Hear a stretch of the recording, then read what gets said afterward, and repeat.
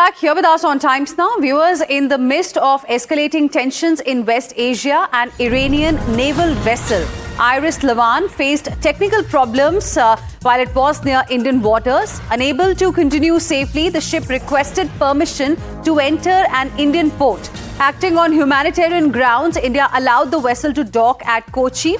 In fact, the Kochi port, and External Affairs Minister Dr. S. Jaishankar explained that the decision prioritized the safety of the crew, emphasizing that India's approach was guided by humanity rather than legal considerations. Listen in to what External Affairs Minister Dr. S. Jaishankar had to say. Here's the situation. You had these ships, and we got a message from the Iranian side that one of the ships, which presumably was closest to us, to our waters at that point of time, wanted to come in to our port. They were reporting that they were having problems. So my recollection is this was on the 28th. And on the 1st, we said, okay, you can come in. It took them a few days to sail in. Then they docked in Kochi, the ship is there. Obviously, the people on the ship, a lot of them were young cadets, that is my understanding. They have disembarked. They are in a nearby facility. So we viewed this, look, this ship, or these ships, because there were two others as well. I mean, when they set out and came here, the situation was totally different. They were coming in for a fleet review, and then they got, in a way, caught on the wrong side of events. For us, when this ship wanted to come in, and that too in difficulties, I think it was the humane thing to do. I think we were guided by that principle. And in a sense of the other ships, one obviously had a similar situation in Sri Lanka. And they took the decision which they did, and one unfortunately didn't make it. I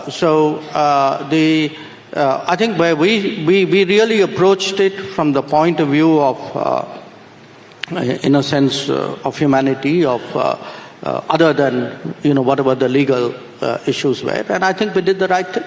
And viewers, in the middle of a widening conflict between Iran, the United States of America and Israel, India has quietly found itself at the center of a high-stakes maritime story. Just days before, an Iranian warship was torpedoed in the Indian Ocean.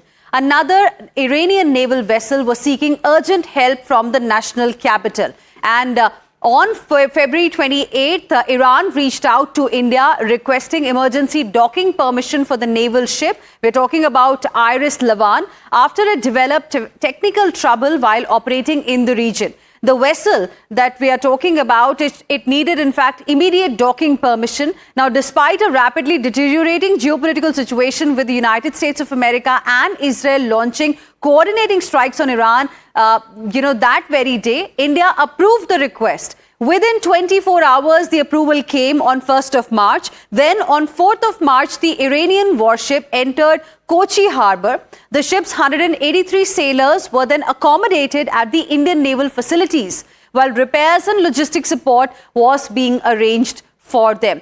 But while Iris Lavan managed to reach the Indian shore safely, another Iranian ship was not as fortunate.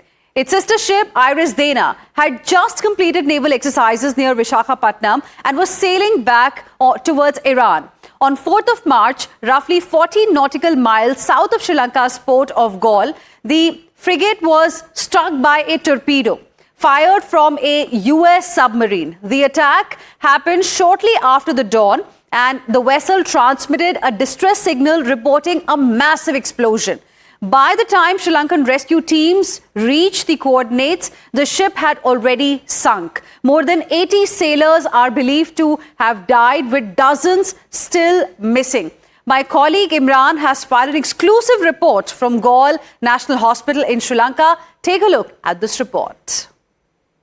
Even as the Sri Lankan government has taken custody of the second Iranian vessel, the US government has upped the ante, demanding that the 32 injured sailors of the sunk Iranian vessel frigate IRS Dana should not be sent back to the respective country of Iran. In fact, the US has said that it was considered the enemy combatants, and without any decision taken by the Sri Lankan government, they have to be consulted further on this issue. Now, this government has said that they have provided a diplomatic and humanitarian aid to the sailors, and the matter is left to the respective parties as far as the issue is concerned. They have communicated that to both the captain of the ship and also of to the Iranian government about the issue of the 32 sailors who are undergoing treatment at the national hospital behind me, as you can see, and also the fate of the 200-odd crew of the second Iranian vessel, which had been taken safely to a Trincomalee port. The president said that because of safety concerns, and the crew has been taken to Colombo. Even as we speak of this, the debris of the sunken Iranian ship IRS Dana has surfaced at Hakidauta, that is around 25 kilometers from Gaul, where we are standing right now. And the police say that they have taken custody of the remains which have come ashore today morning and given it to the Navy for further briefing and verification of it. But the government in Sri Lanka says that they are doing humanitarian aid and they have no beef with any of the parties that are involved, as they have both diplomatic and economic relations with all.